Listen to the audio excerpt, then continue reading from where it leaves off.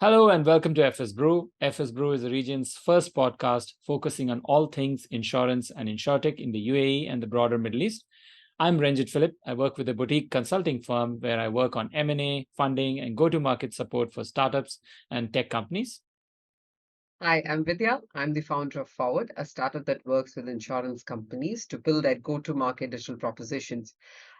In today's episode, we have with us Rob Schimek. He's the Group Chief Executive Officer of BoltTech. It is the fastest growing international insurtech, and he's responsible for the company's development and growth around the world. Prior to starting BoltTech, he has held several leadership roles with AIG, FWD, Deloitte, and holds an MBA from Wharton School of Business. Yeah, and a bit about BoltTech as well. It operates in over 35 markets globally. It's one of the largest insurtechs in the world, offering embedded insurance and facilitating connections between insurers, distributors, and customers. Presence in Asia, Europe, and all 50 US states. BoltTech quotes about $55 billion worth of annualized premiums. That's a very big company indeed. It So we hope is. you enjoy listening to this episode. Hi, Rob. Welcome to FS Brew. We are delighted to have you here with us. So for those of you who don't know, Rob Schimek is the group CEO of BoltTech, a unicorn that is in US and in Asia and pretty much a number of other countries, 30, 35 plus. Rob will correct me if I'm wrong. Welcome to the show, Rob. Thank you, Ranjit. It's a real pleasure to be here. I'm really looking forward to this. Perfect. So this is a question we ask all our guests, why insurance? How did you get into insurance as a career? Ranjit, I have to give probably the most common answer that you hear, which is it was completely by accident. I didn't set out in my life to become an insurance guy, but I will say this. I found insurance to be super challenging, extremely interesting, extremely relevant to society, and to having a true purpose in life that's meaningful. And so that's really attracting my attention. But also, I seem to have found myself working for companies that have been a really interesting strategic puzzle, and I just love that. Perfect. Very good. Awesome. And tell us a little more about BoltTech itself, Rob. Can you explain what does an insurance enabler like BoltTech does? Yeah, video. So the first thing I'm going to do is I'm going to use maybe two sentences to say the way I would describe BoltTech, and then I'll unpack that a little bit and try to provide a little bit of clarity. So I like to say that BoltTech is a high growth international insurtech, as Ranjit said a little bit ago, serving millions of customers across 35 markets on 4 continents. And what we're trying to do is accelerate the access to high quality insurance products. In my second sentence, even though that was 2 already, in my third sentence, I'll say that we focus on providing tailored and affordable insurance products to consumers through our distribution partners, platforms, and networks. And so if I unpacked that a little bit, it says some really important things. Number one, that we're really focused on access to insurance for people who really need it and can't get it. So we focus on trying to make that tailored and affordable, and we're working on accelerated access. That's comment number one. The second thing is that we do this in a really big scale, so 35 markets. But to give you also a sense, we deal with over 700 distribution partners around the world and over 250 different insurance carriers providing product that we're able to give access to customers with. The third kind of unpacking element I'll say there is we said something very simple, that we serve consumers through distribution partners. So we are a B2B2C player, and we're focused on getting our capabilities in the hands of the consumer who needs that protection. And we do that not one consumer at a time on a direct-to-consumer basis, but we do that in a very distributed way through distribution partners. Now, you said a very important word, one of the most important words with it, which is this word enabler. We do not consider ourselves to be the great disruptor of the insurance industry. In fact, we try to position ourselves exactly to the opposite of that. We consider ourselves to be a great enabler to the insurance industry, and we are enabling our insurance carrier partners who are part of our ecosystem to provide their products to distribution channels that they might not ever otherwise get access to. So if we're working with a telco, as an example, a insurance carrier might not have access to provide their product through that telco, but we do. And so we enable that connection to happen. Just like we enable our distribution partner, in this example, a telco, a cell phone service provider, we enable them to get access to providing protection products that their customers really need, like, for example, protecting their cell phone.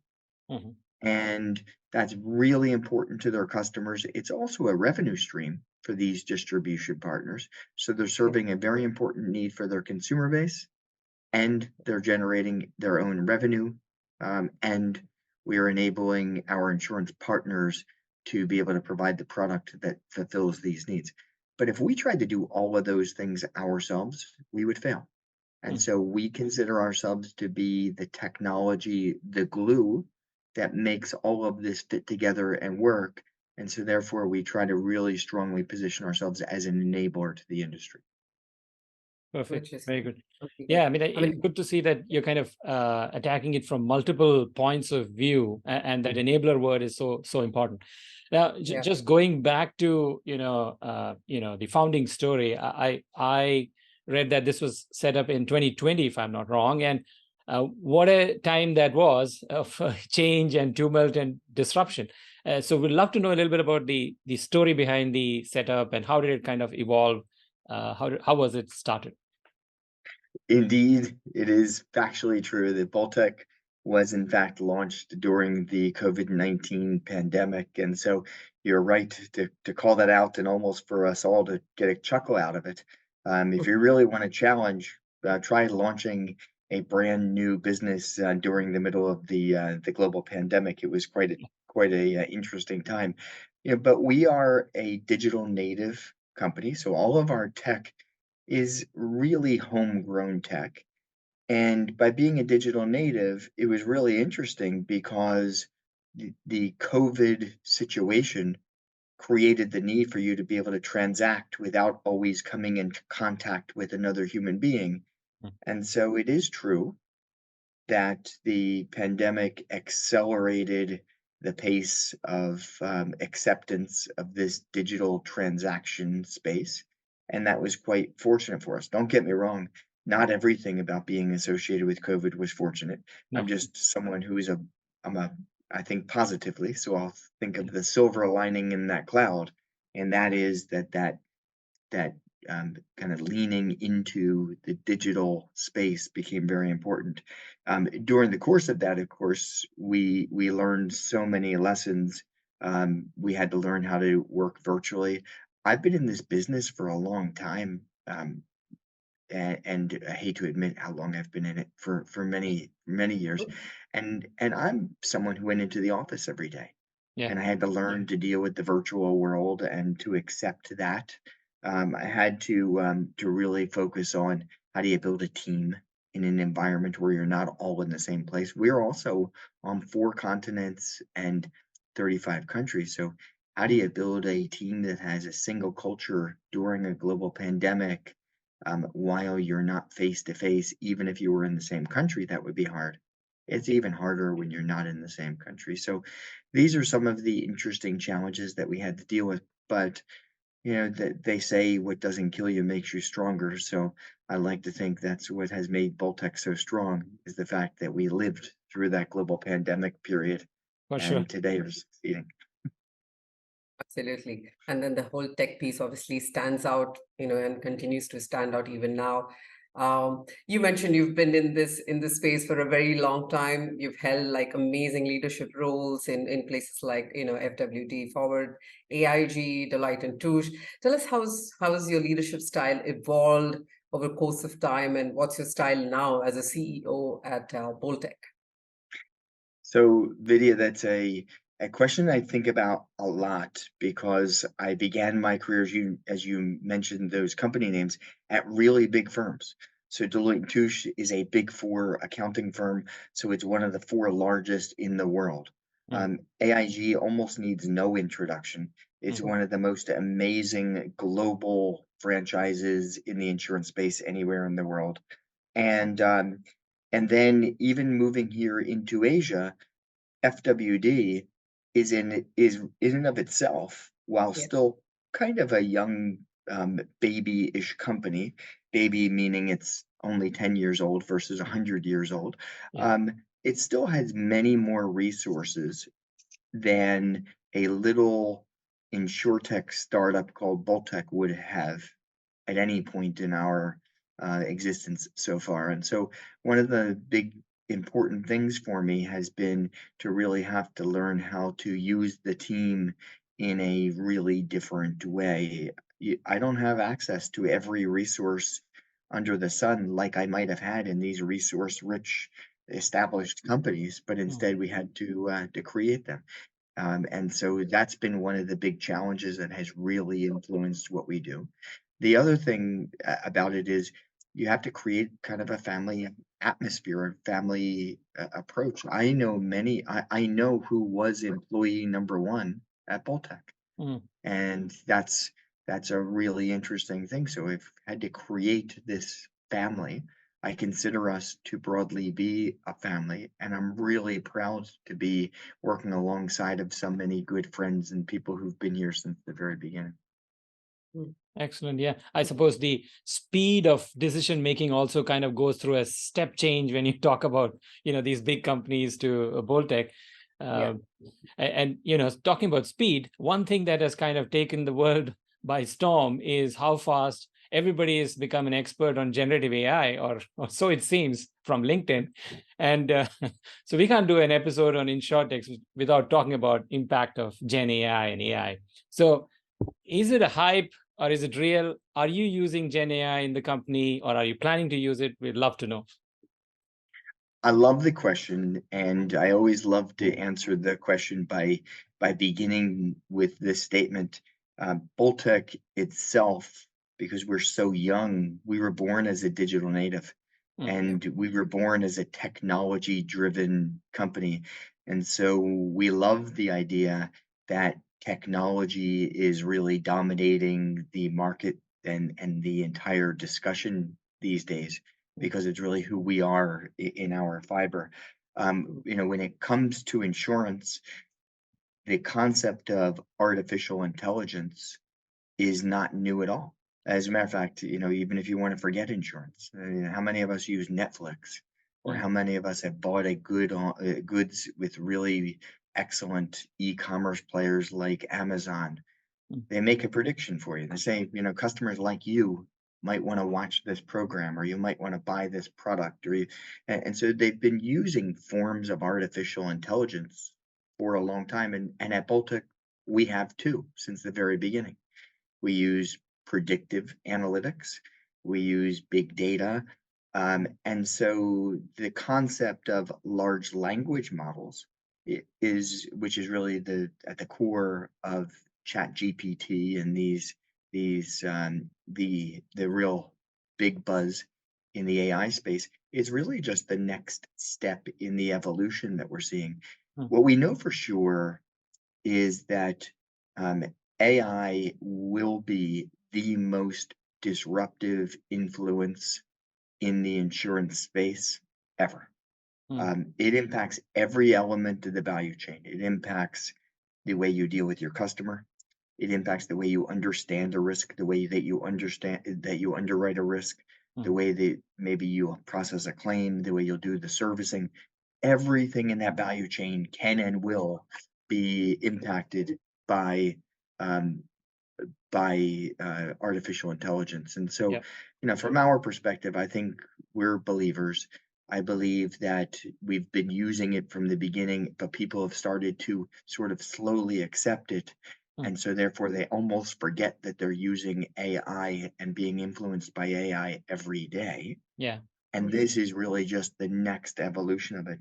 We are, in fact, inside of BoltTech, built on a very agile culture and a very agile structure where we're adapting and adopting these new capabilities really quickly and all the time. We have established our own inside of the walls of BoltTech, our own large language model capabilities where that's not happening outside of our discussions are not getting passed outside of the walls of BoltTech. And we have to do that for privacy, for confidentiality, to be very thoughtful about the way that we're managing the data. So long and short of it is, we are big believers. The good news is we were born into it this way. Mm. And, the main comment that I would make to everyone is many people worry, oh my gosh, will my job be taken by AI and these new capabilities? And with a smile, in a very positive way, I'll say, I don't think it's so much that your job will be taken by AI. It is the jobs that will be taken by AI is people who don't learn how to embrace, accept, and use AI.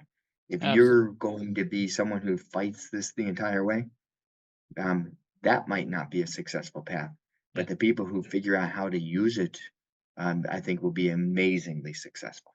Yeah. Absolutely. Absolutely. So that makes you very happy, Ranjit. He's like this major promoter of Gen AI.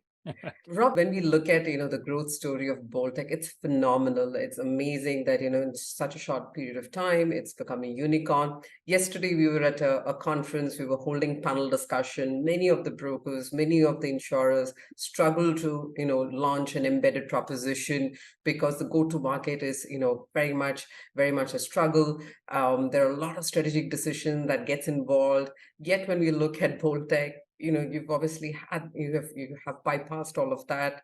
What are the key strategic decisions that you have made to get to the stage that BoltTech is in now at this point?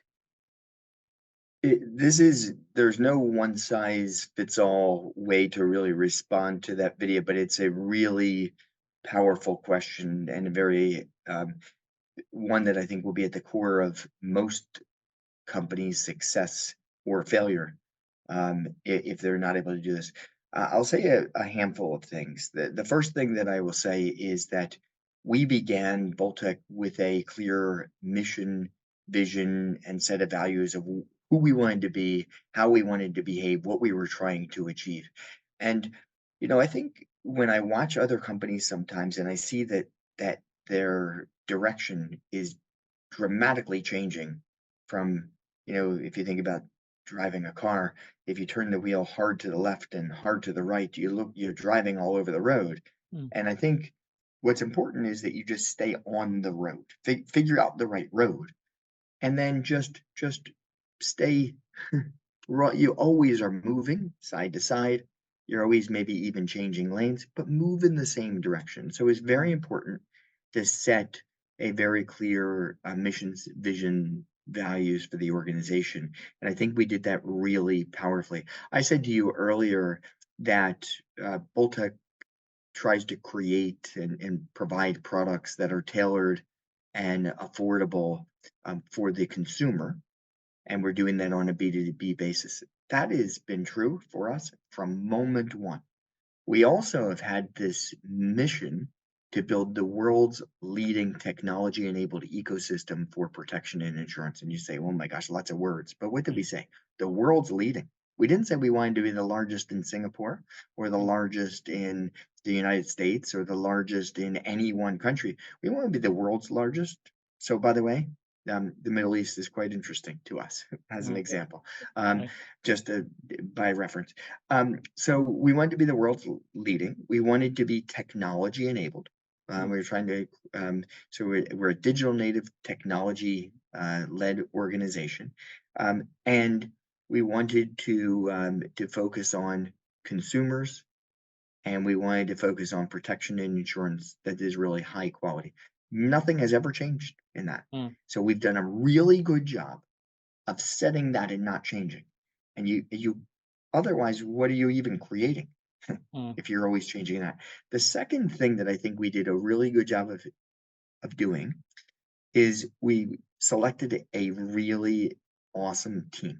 So I've been criticized, if I'm very honest with you, I've been criticized at times for selecting too powerful of a team for my baby little company. And I sort of laugh at that, to be honest with you. I guess it's the benefit of when you get to be experienced. That's what I'll call myself. There's a gray hair or here or two in his head, so I'm going to call myself experienced. So when you get to be experienced, you earn maybe the right to listen to what people have to say, but not react to them. And so I had people who would say to me, "My goodness, you can't afford that caliber of a CFO. You can't afford that caliber of a chief technology officer. Your chief product officer is too good, too powerful for what it is you do." And my reaction to that is that's all nonsense. If we're aiming to be the world's leading, what should I do? Select a lesser team and then build a world leading and then replace the lesser team with a good team later on in the game? Those things are crazy, but people make comments like this, and they make comments like that because sometimes they think in a single dimensional way. So financially, it might be expensive to put an all-star team on the field. But as we all understand, philosophically, what kind of team do you think you want to play with on the field? I want to play with the all-stars. I want really good people. And so I'd say true to the mission, vision, values, and really good team, even though there's lots of temptation for you to take a different route, stay true to those things and you'll be okay. Right. So it's a bit of that, dogged determination and the focus. And yeah, I mean, you're right. If you see the team, I was just now thinking back, they are all stars right there, but you kind of grew into the team kind of grew into the company, which is now a massive company. And now nobody will criticize you for having that team, right? Because, hey, the company is big. So it's fine. Renzo, people will always criticize me, but I love what you just said. As a matter of fact, in this case, the team didn't even grow into the company. The company that we've been able to grow into the team. It's probably the right way to think about it, right? Yeah. Wonderful. Yeah. Yeah, absolutely. And talking about growth, we touched upon this, the presence in 35 markets in this is now 3 years, right? And it's not fun to operate in one market with the regulatory overheads that we insurance guys have to face. Now you're talking about 35 markets. So how do you kind of navigate these challenges? What is the focus? What is the balance between risk and compliance versus moving fast? So how do you kind of do that? Would love to know. This is a really important puzzle to solve for. Being in 35 countries is a real honor and a privilege and a real challenge, all wrapped up into one. So first of all, you can tell from my accent that I probably am from the US, and if you said that, you'd be correct. Yeah. And yet I live and have lived since the beginning of my journey, actually since 2018, I've lived in Singapore.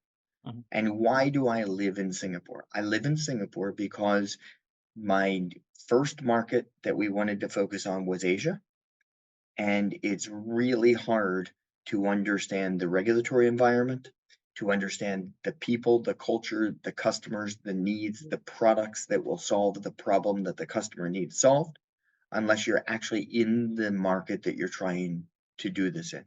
And so while in theory we could do this from North America, what better place to serve Asia from than from Asia itself? And so I have a really interesting statistic here for you, and that is that I have 12 people who are on the executive team of BoltTech. Those 12 people live on 4 different continents and on 8 different countries. And even in the 4 who live, even in some of the ones who live in the same country, I will say, many times they live in different parts of the country.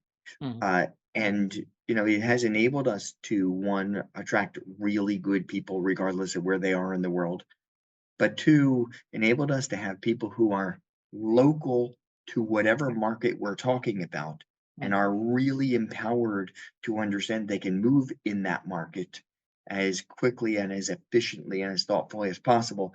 But we are a true Insurtech, which means there's a lot of insurance expertise here and a lot of technology expertise. Our tech is all homegrown, Mm. but we have a lot of insurance-y people. I'm one of them. Right. And understanding how these rules work, paying proper respect to the regulators to understand what their needs are and what the rules are, and then building businesses in a compliant way. This is really important to us, and that's why we are so geographically dispersed. Mm. And as a result of that, I think we've been able to move faster and build a business that's able to meet the regulatory needs of Asia, which has many different needs, country Mm. by country, as well as in Europe, as well as in North America, as well as in Africa, all at the same time. Right. And US, as people keep telling us, is not just one regulatory body. It's 50 states have 50, insurance regulatory bodies. So there you go. So you can add, 50 regulatory bodies to your list of 35 markets. So that's more That complexity. it Fantastic. is. So the more global you go, the more local you got to become in some sense, isn't it? Yeah. And many people, I think, tend to forget that lesson. Maybe it's almost like when we were kids, we believed in things and then we later forgot them. Don't forget these lessons because they're never going to go away. This Right. concept of thinking globally but acting locally will Yeah. Yeah. never change. Mm. Absolutely, absolutely. Now, when we speak of the BoltTech's the revenue model itself, in the whole InsurTech ecosystem, there's a whole spectrum of things that each InsurTech tends to solve in the value chain, whether it's claims, deep tech, distribution. BoltTech is obviously on the distribution side of the value chain.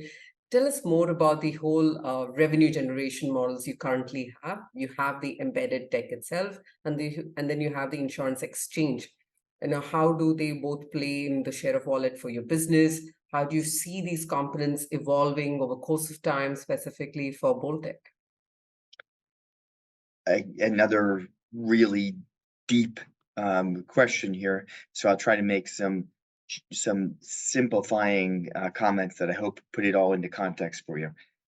First of all, whenever I have to make a decision of how would I describe BoltTech and say we are something and try to pick a word or two Right. words, I probably would choose the words embedded insurance.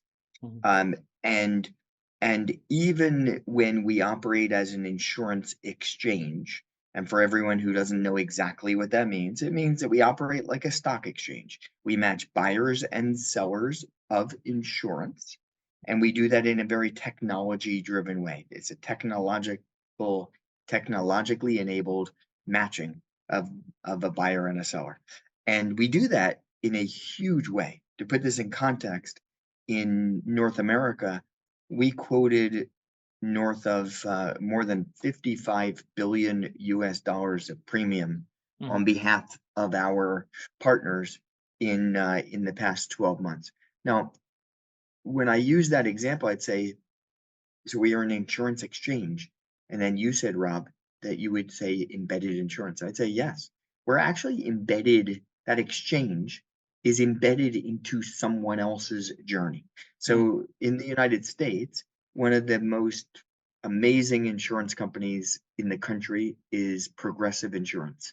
Mm. They spend maybe upwards to $2 billion a year in direct market advertising. You see them on the television all the time. I can tell from your reaction that you recognize that name. Sure.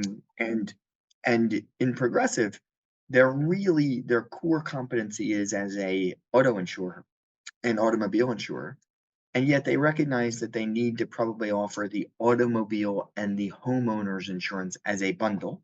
Mm. And they recognize that they need to do that because of what the competition is doing and because of the way that the US marketplace works. And so we have embedded our exchange capabilities into Progressive's journey.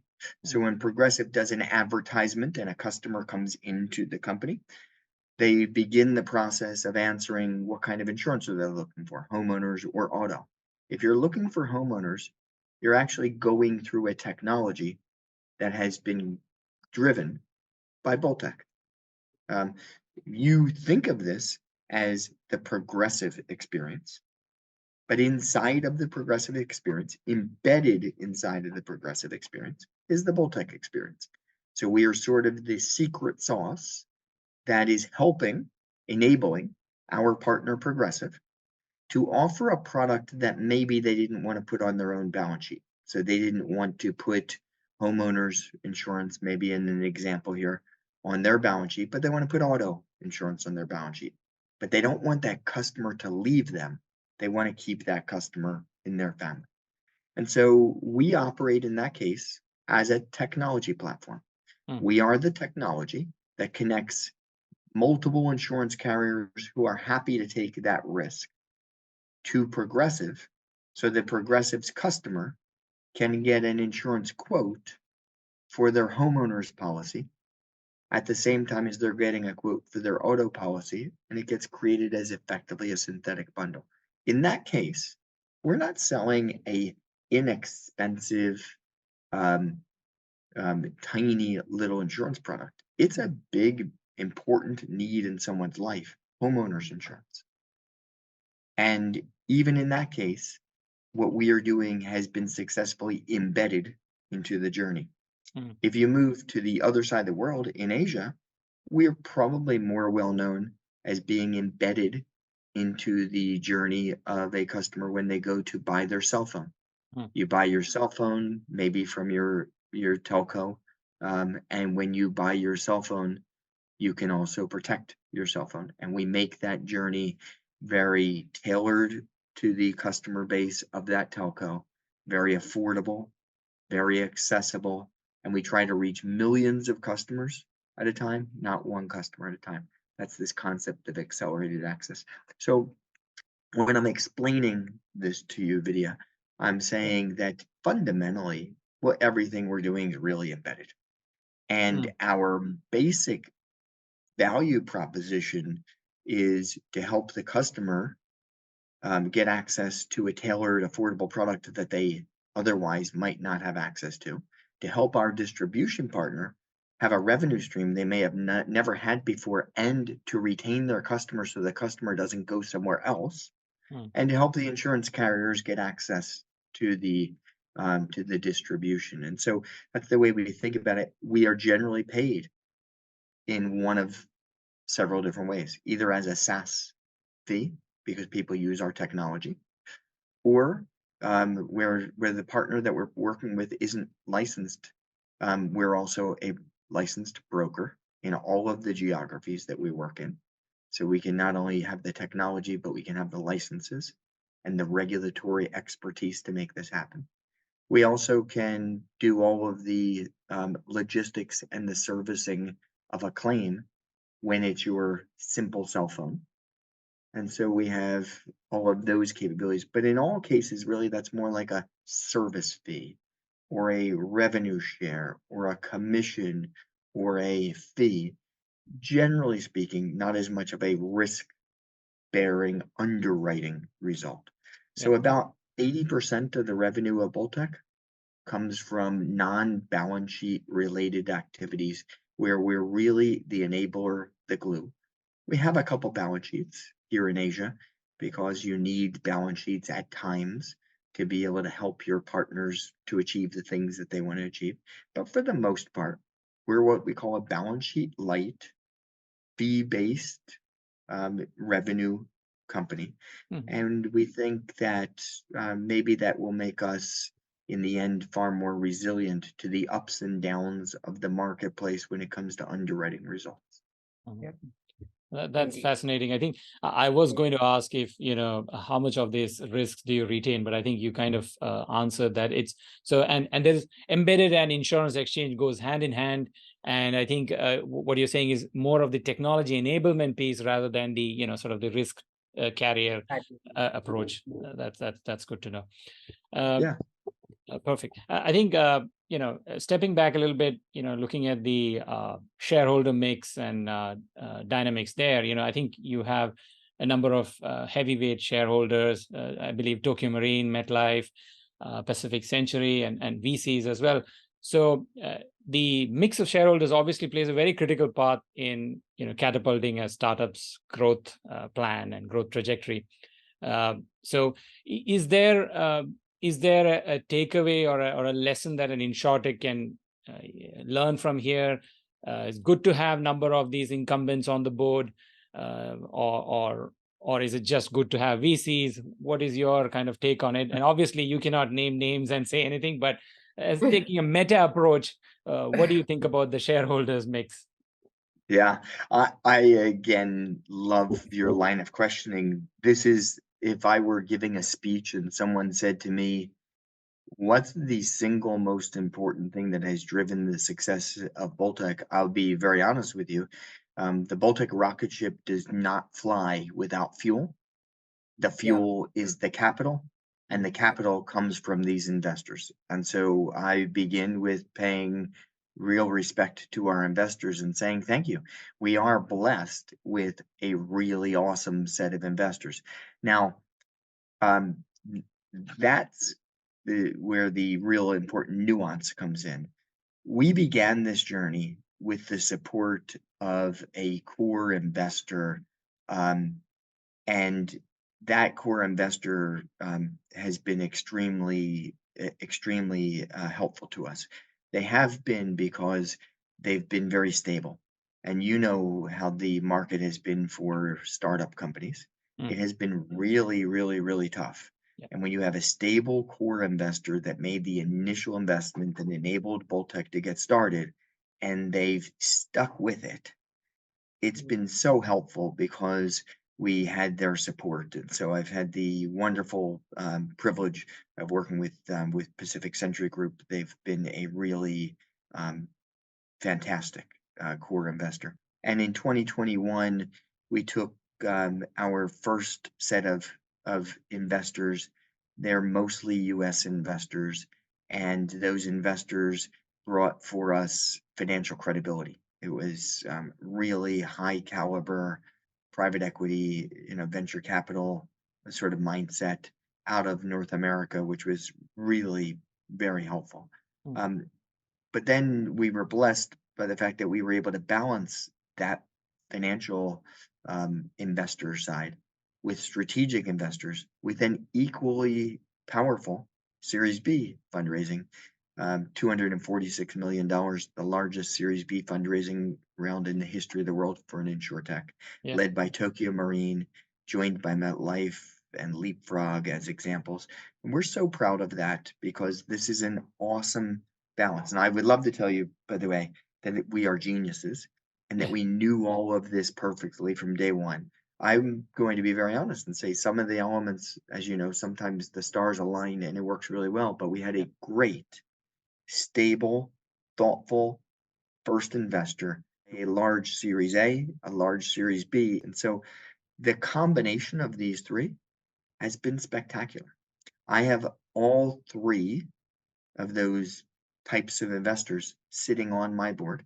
We had a board meeting yesterday. It's a funny thing a little bit because all of the board members have different perspectives and different priorities, etc.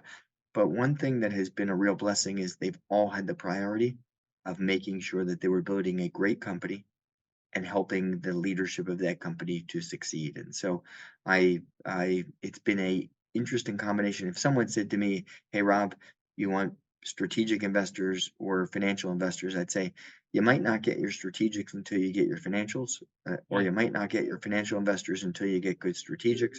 But the combination of the two is probably something that you should ultimately strive for, because all strategics with no financial investors, honestly, you won't probably gain the same level of credibility in the marketplace because people will view each of these investor categories as having different skill sets, having different expertise, having different credibility in the marketplace.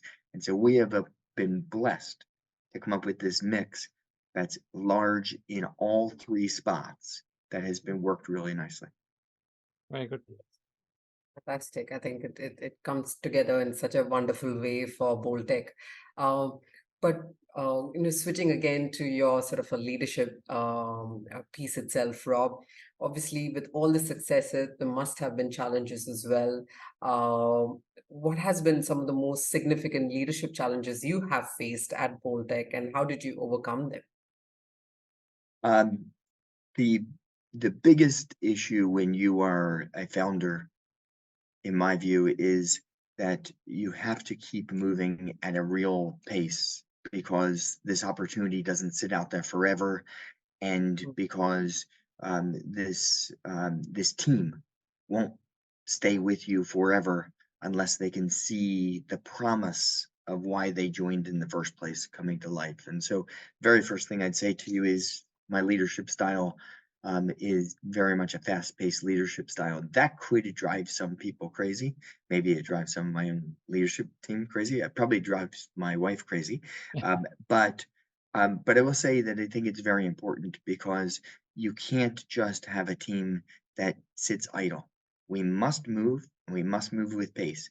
And as a result of that, sometimes we'll make a mistake, but I'd rather make small mistakes and move at pace than not move and let caution be the primary driver of the business. So that's one philosophical comment that I make to you.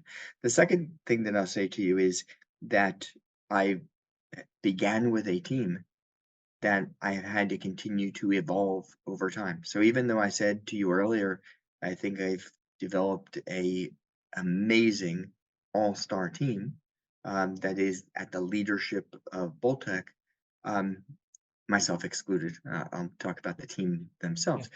But the truth of the matter is that we have had change, and I have had to make change, even with people who I really, really, really like, appreciate, respect, Mm. and understand what they've contributed, because of this issue of if you're going to be fast paced, what it took to get you where you will be, where you are today, might not be what it's going to take to get you to where you want to be in the future. Yeah. And you all know that. Every one of us have heard that sentence. The problem is, as the leader, you must live it.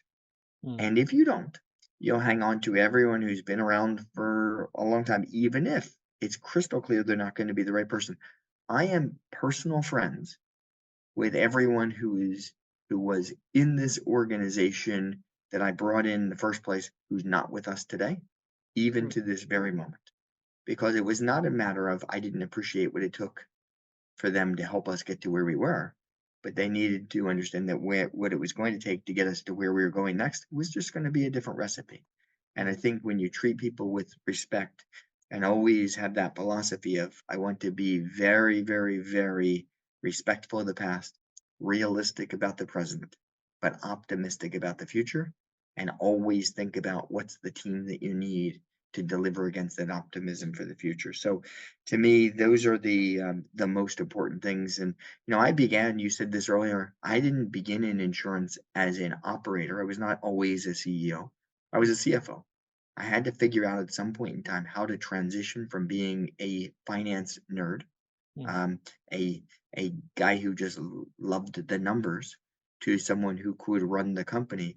And I'd say just never forget that having a core capability is really important, but sometimes you have to let it go, Mm. and you must move on even yourself into that next capability. Because if I still wanted to be my own CFO and my own CEO, I would fail. I have a better CFO today. It's a woman CFO. I have a better CFO than I was as a CFO. And you know what? Good. Yeah. I'm thrilled. But I would never do that if I hadn't let go of that old role. Yeah. Which is amazing because typically a finance nerd in the insurance sector tends to be risk averse and does not want to change. It's slow to change, and it is a huge leadership, advisory here. Yeah. Absolutely. Now, moving kind of towards the closing sections of the podcast, I think one thing we can kind of use this is to pick your brains on, your diverse experience and what advice would you kind of give to professionals who are aspiring to lead in the insurtech space? A few words of wisdom there. Yeah. So I went to university in the United States at a awesome Ivy League school called the University of Pennsylvania, the Wharton School of Business. Hmm. And when I went to that school, they taught us in teams. They taught us in groups. And we had a philosophy that we would repeat all the time, which is you have to cooperate to graduate. Hmm. And it became true. The workload was absolutely unmanageable by yourself. But if you shared it and you cooperated with your teammates, you could each bring the best and teach one another and help one another and succeed. Hmm. And I'm so glad that I had that experience in my life because I feel that way in business too. If you don't operate as a team and cooperate with one another, you'll never graduate to become a unicorn or beyond. Hmm. And it also speaks to the concept of ecosystem. When we talk about this concept of BoltTech being an enabler and working in an ecosystem, we're talking about cooperation. And sometimes, by the way, co-opetition, Yeah. where we are competitors, but we have to cooperate together. And a great example of that might be, think of our insurance exchange. Everyone could go out and try to build their own insurance exchange, but do you need to? Yeah. What if you used one that already existed and then you put your own twist on the way you deliver that? Wouldn't that be a better way to spend your time and spend your effort? And so that's the challenge associated with this, that many people feel like if it wasn't my idea and it wasn't born here, it's not good.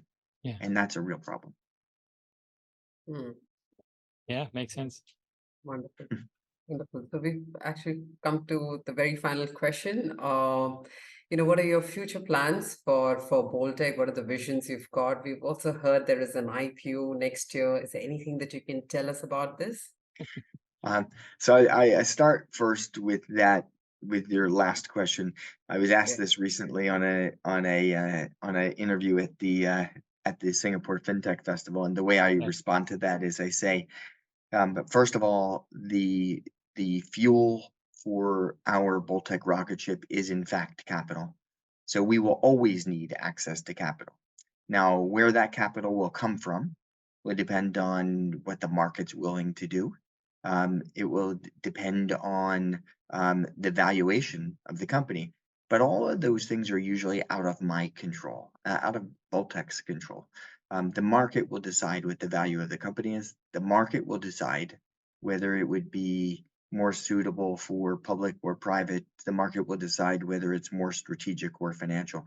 And so as a result of that, I give you back that with a little bit of a cheeky response, a smile, and say, I don't know, but I do know that we'll have more capital in the company as we continue to grow, because we'll need more capital to continue to grow, and I'm proud of that. I'm not afraid of that.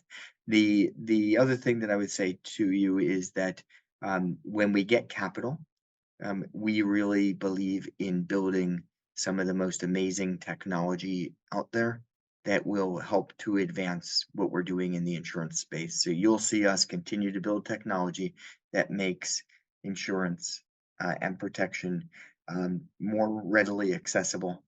And you'll see us continue to make it tailored so that it's actually exactly what you want, Vidya, what you want, Ranjit, and that we make it affordable, so that the solution that we're providing is one that's accessible to everyone, not just to the people who happen to be in a income class where they can, in quotes, afford it.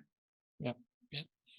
Perfect. So that's a very, very good space to kind of get into a little bit of a faster paced section. We have these rapid fire questions where we like to get the insurance leaders to reveal a bit more about their personality themselves. If you're okay, we will ask these questions, and the answers have to be in less than 60 seconds or less.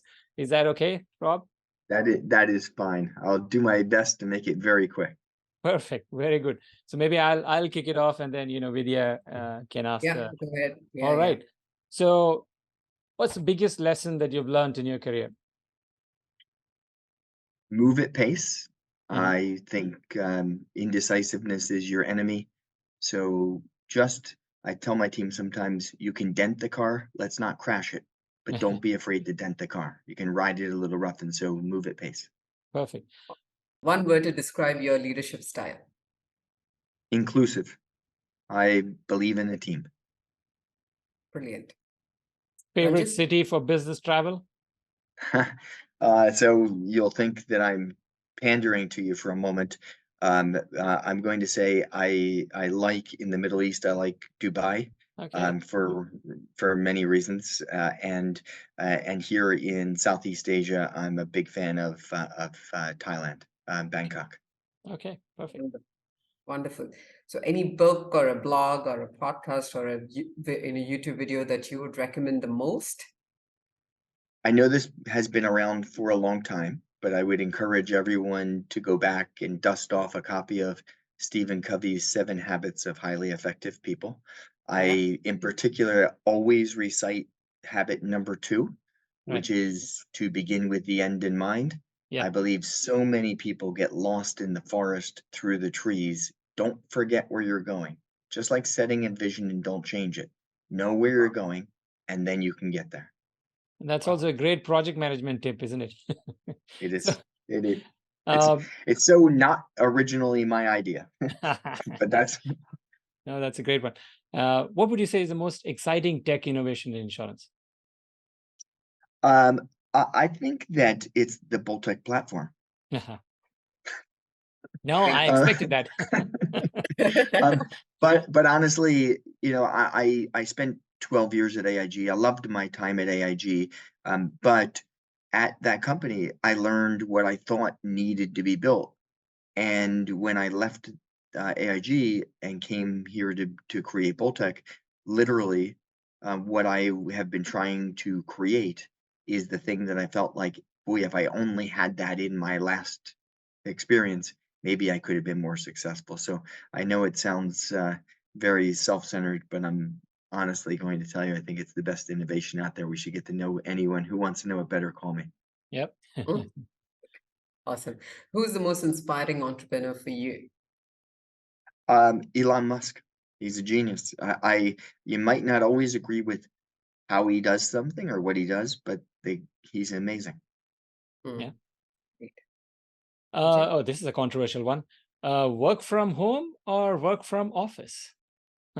Hybrid, hybrid. I'm doing our call today from home, Right. but I spent the last 2 days in the office, and I'm so used to a diverse team where I believe in that flexibility. So I like both, and so I Okay. know it's a cheating answer, but hybrid. Perfect. Okay. So, one top priority for BoltTech in 2024. Our path to profitability. One of the things that I think really separates BoltTech from a lot of others is not only have we got a really fantastic business model and have we demonstrated really good growth, but we've also done that with an eye toward value creation and achieving profitability, which we are very close to. And I think that is something that 2024 is without a doubt got as our number 1 priority. Perfect. Very good. And it's in touch with it's in keeping with the times. And finally, what is the sort of biggest risk you've ever taken? I'm going to give you a funny one. Okay. And the biggest risk that I've ever taken is swimming 2.4 miles in the open ocean in the Ironman World Championship in Okay. Kona, Oh, Hawaii. And the main reason that that's so risky is because I'm a horrible swimmer. So if you ever come watch me swim, you'll understand this guy shouldn't be swimming amongst all of those competitors at that time. Um, so professionally, I would say it might even be moving out here to Asia to begin this BoltTech journey. The truth of the matter is, I never lived in Asia before I came here. I had never done a startup before, and I will say that it has been the most rewarding experience of my life. I'm quite proud of that. and I'm super excited about what it's created, but it was very risky. Yeah. Perfect. I What think, about Twin City, Singapore is? yeah, indeed. And Yeah. that's a beautiful answer to kind of end the podcast on. And it's been wonderful to have you and hear your thoughts, Rob. Ranjit, thank Absolutely. you so much. Vidya, thank you. Really appreciate it. It was Thank you. wonderful being with you today. Perfect. Awesome. Very good. Thank you.